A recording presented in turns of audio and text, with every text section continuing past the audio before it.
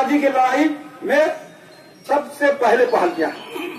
हम अपने मकासद में आगे बढ़ते हुए ये कह सकते हैं कि गांधी जी ने जब मौलाना आजाद बंबई में हुकूमत को यही खत्म नहीं कीजिए, उन्होंने जब गांधी से नमक आंदोलन शुरू किया था, इस मुताबिकत की बुनियाद पर ने जब अंग्रेज फौज में भर्ती को हराम करार दिया था, तो लोगों ने कहा कि आप वापस हो जाओ, बात को वापस करो। तो कहा मैं अपने साथ कफन लेके आया हूँ, लिहाजा इस तरह की वापसी से मेरी बात मैं बता दूं, फिर अपनी बात खत्म करता हूँ।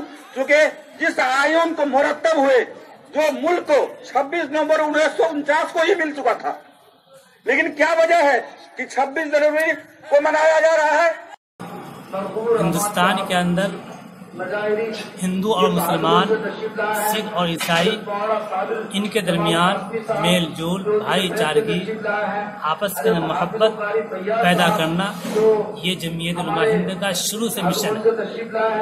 और इसी मिशन के अंदर जमीयत उलमा हिंद काम करते हुए चले आ रहा है।